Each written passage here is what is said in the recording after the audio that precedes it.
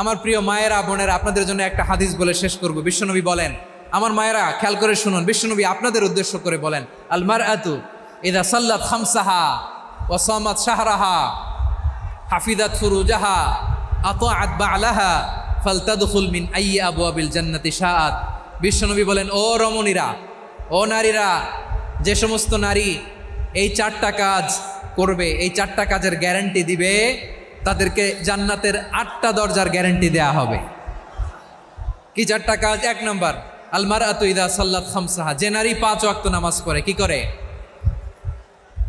জেলা স্টেডিয়ামে অবস্থানরত আমার নারীরা বোনেরা, বিশ্বনবী আপনাদেরকে 4টা কাজের কথা বলেছেন, খুব বেশি না। 4টা করলে 8 জান্নাতের দরজা সব খোলা। কোনটা দিয়ে যাবেন? যেটা দিয়ে মনে চায়। 1 নম্বর 5 ওয়াক্ত নামাজ। আমার বোনেরা জোহরের নামাজ পড়তে পড়তে এটা আসরে নিয়ে যায়, আসর পড়তে পড়তে এটা মাগরিবে নিয়ে যায়। এরকম আসরে নাই, লালমনিরহাটে হয়তো নাই। আমার বোনেরা এটা করবেন না। ইন্নাস সালাতা কানাত আলাল মুমিনিনা কিতাবাম মাওকুতা, সময় মতো পড়বেন। সামাত শাহরা, রমাদানের রোজাগুলো রাখবেন। হাফিজাত ফুরুজাহা, যে নারী তার চরিত্রকে হেফাজত করে, তার প্রাইভেট হেফাজত করে, তার লজ্জাস্থান হেফাজত করে। ও মায়েরা, আপনার এই গর্ভ যে কত দামি আপনি জানেন না। আপনার এই গর্ভ থেকে জন্মাবে আগামীর সালাহুদ্দিন আল আইয়ুবী। আপনার গর্ভ থেকেই জন্মাবে ইমাম আল মাহদি আল মুনতাজার। আপনার পেট থেকে জন্মাবে আবু সাইদের মতো বীর সৈনিক। আপনার পেট থেকে জন্মাবে মুগ্ধের মতো বীর মুজাহিদ। আপনি জানেন না কে আসবে আপনার পেট থেকে। সময়টাকে কাজে লাগান, ইসলামকে বোঝেন, মানেন, আমাদের ইসলামিক লেকচারগুলো শোনেন। আমরা যে বার্তাগুলো, ইনস্ট্রাকশনগুলো, দিক নির্দেশনাগুলো আপনাদের খেদমতে রাখি, এগুলো মেনে চলুন। আপনিই পারেন আপনার ঘরটাকে জান্নাতের টুকরা বানাতে। একটা family, it's a very big institution and you are the MD, the managing director of this institution. চিল্লায় বলেন ঠিক কিনা? চাইলেই পারেন ঘরটারে জান্নাতের টুকরা বানাতে। 5 ওয়াক্ত সালাত, রমাদানের রোজা, নিজের চরিত্রের হেফাজত, ও আতাআত বা'লাহা, স্বামীর আনুগত্য। এটাতে অনেকে ভুল করে থাকে। হায় রে আমার বোনেরা, স্বামীর আনুগত্যকে এটা নিজের অপমান মনে করবেন না। আপনার স্বামী আপনার সবচেয়ে বড় গার্ডিয়ান, তিনি আপনার সবচেয়ে ভালো চায়। নারী কখনো গার্ডিয়ানশিপের বাইরে থাকতে পারে না। হয় আপনি বাবার গার্ডিয়ানশিপের ভেতরে, বাপ না থাকলে ভাই আপনার গার্ডিয়ান, ভাই না থাকলে চাচা গার্ডিয়ান, বিয়ের পরে আপনার স্বামী আপনার গার্ডিয়ান। শরিয়া সম্মত স্বামীর আদেশগুলো আপনি মেনে চলবেন, কিন্তু শরিয়া বিরুদ্ধ কোনো আদেশ মানতে আপনি বাধ্য নয়। আওয়াজ করে বলুন সবাই ঠিক কিনা?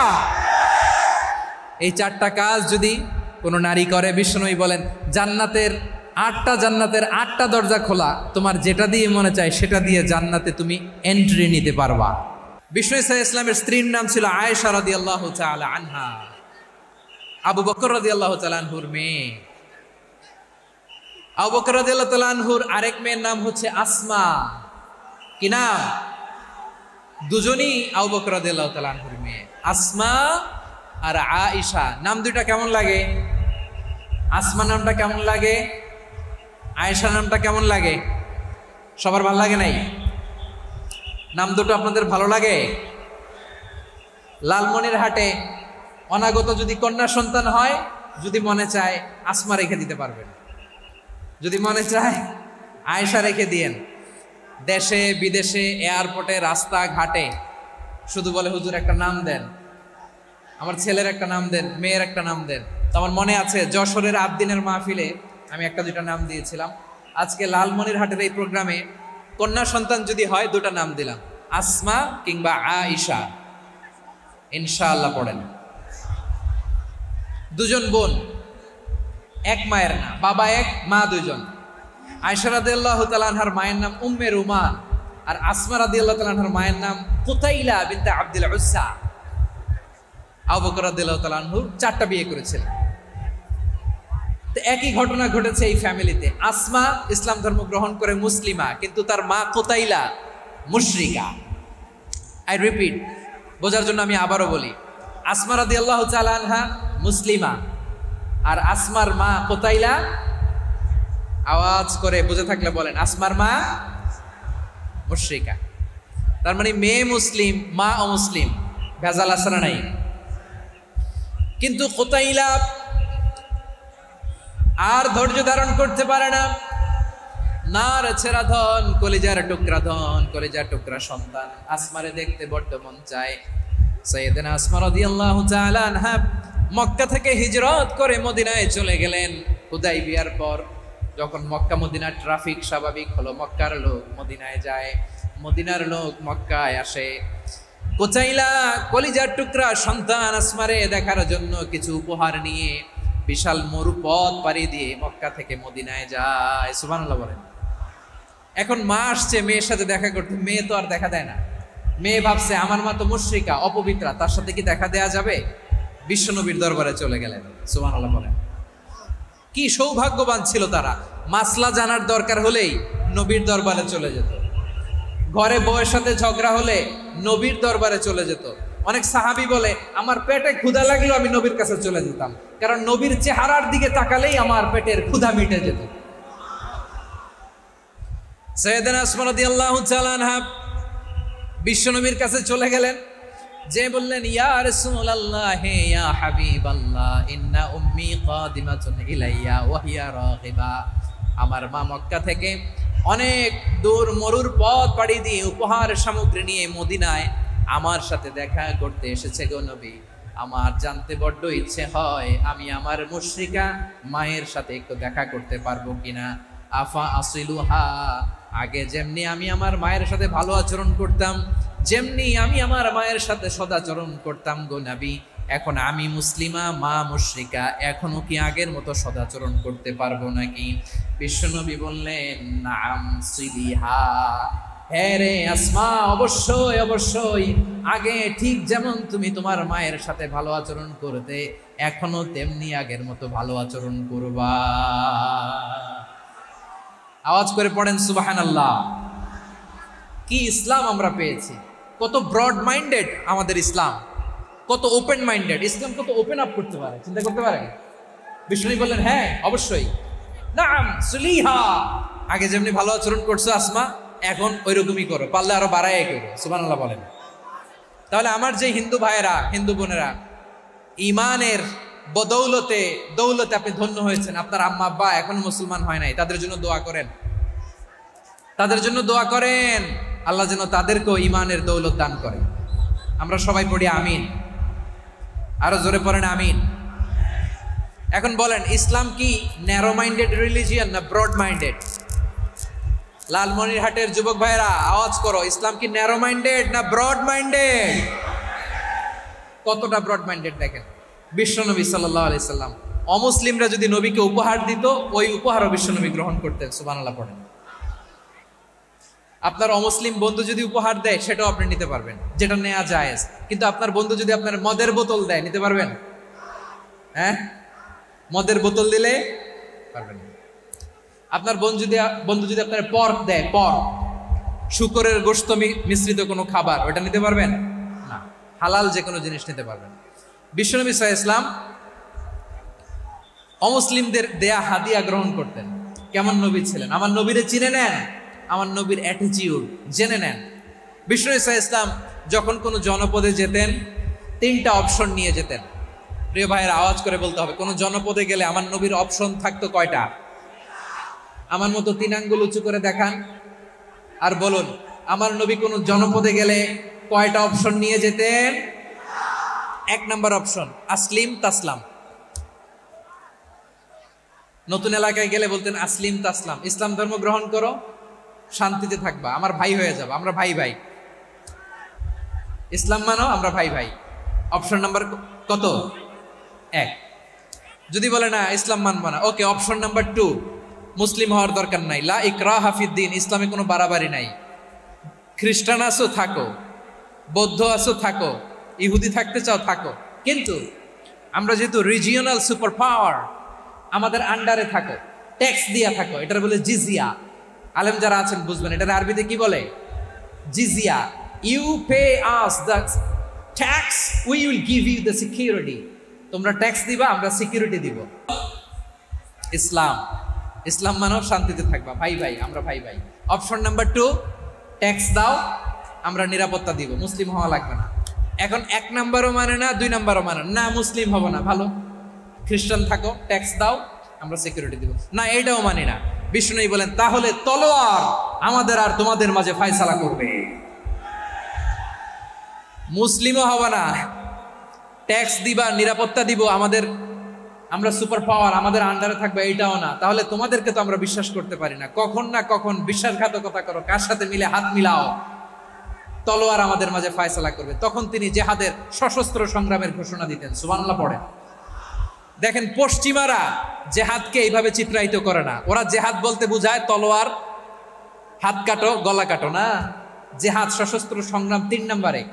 অধিকাংশ ক্ষেত্রেই বিশ্বনবীর সুন্দর আচরণ দেখে, আরে আমার নবীর যে নুরানি চেহারা, অনেকে তো কেবল সিরেফ চেহারাটা দেখেই কালিমা পড়ে মুসলমান হয়ে গিয়েছে। যারা মুসলিম হয় নাই তারা তাদের ইসলামেই বলবৎ ছিল, ট্যাক্স দিয়ে ইসলামের আন্ডারে ছিল। যারা এটাও মানে নাই ওইটাও মানে নাই, তাদের বিরুদ্ধে জেহাদ। বিষ্ণু ইসলাম 7ম হিজরিতে যখন খায়বার বিজয়ের পরে ইসলাম রিজিওনাল সুপার পাওয়ার হিসেবে আত্মপ্রকাশ করলো, বিশ্বনবী চিঠি লিখলেন অন্যান্য সুপার পাওয়ারের কাছে, রাষ্ট্রীয় চিঠি লেখে এক রাষ্ট্রপ্রধান আরেক রাষ্ট্রপ্রধানের কাছে। ঠিক কিনা বলেন? জানেন না আপনারা? এই যে 24-এর ছাত্র নাগরিক অভ্যুত্থানে, এই অভ্যুত্থান যখন শুরু হয়, আমি তখন সাউথ আফ্রিকাতে, একটা স্ট্যাটাস দিয়েছিলাম, কোটা নয় গোটা দেশ সংস্কার করা লাগবে।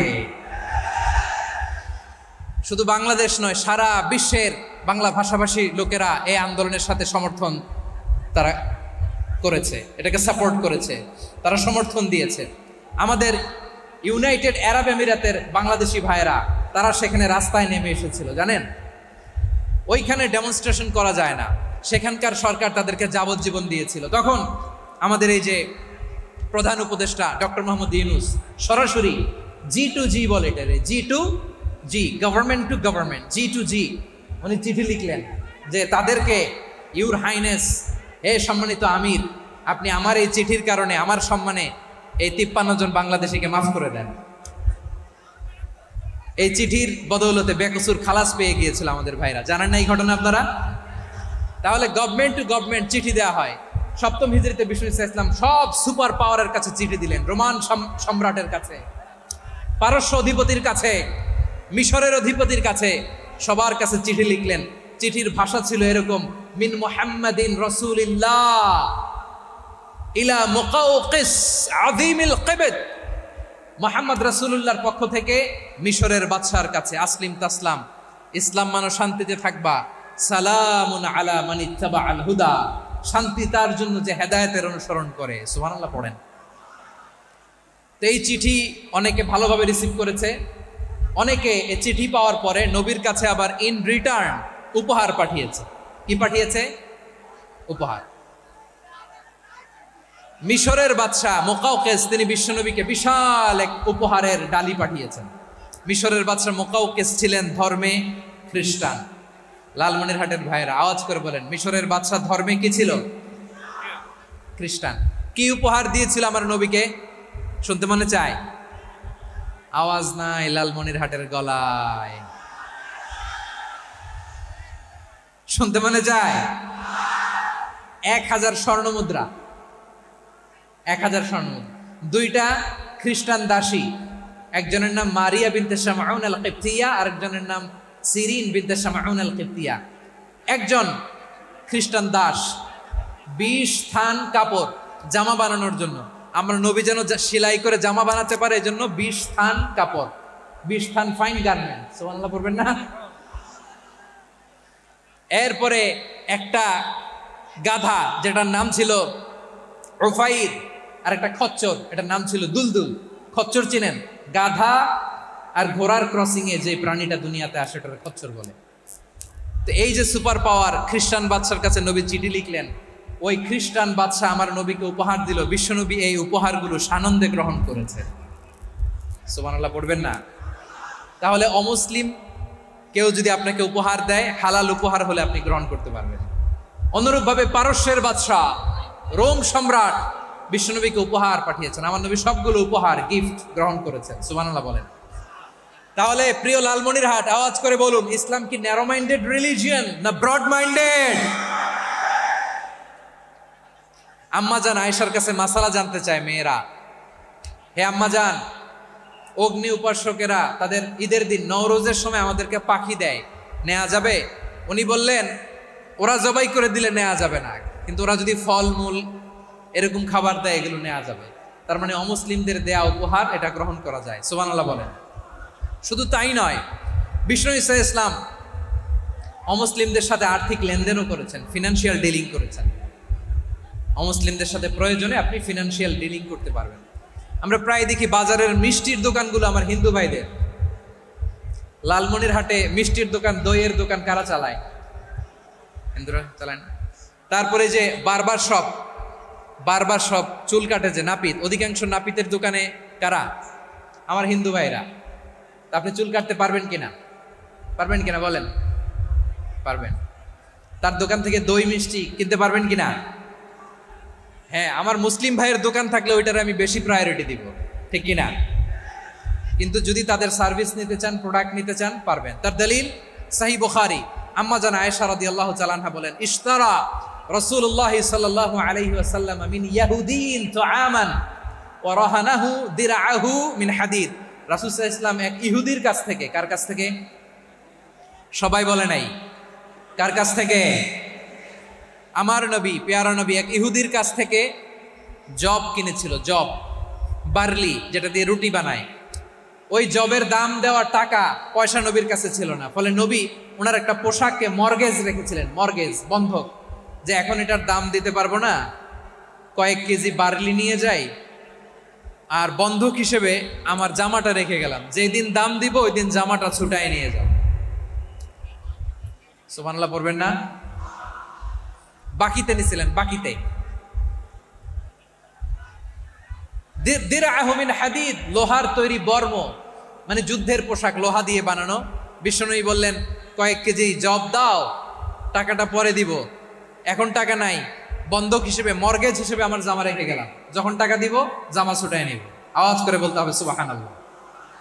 এ থেকে বোঝা গেল অমুসলিমদের সাথে ফিনান্সিয়াল ডিলিং করা যায়, অর্থনৈতিক লেনদেন করা যায়, কেনাবেচা করা যায়, প্রোডাক্ট কেনা যায়।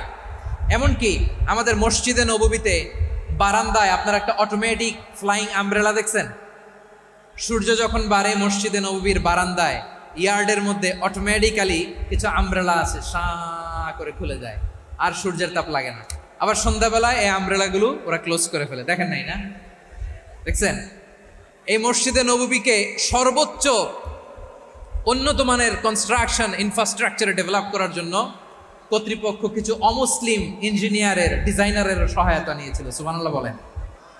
কোন দলিলের ভিত্তিতে? এই দলিলের ভিত্তিতে যে বিষ্ণু ঈসা ইসলাম অমুসলিমদের সাথেও লেনদেন করেছেন। আওয়াজ করে বলতে হবে আল্লাহু আকবার।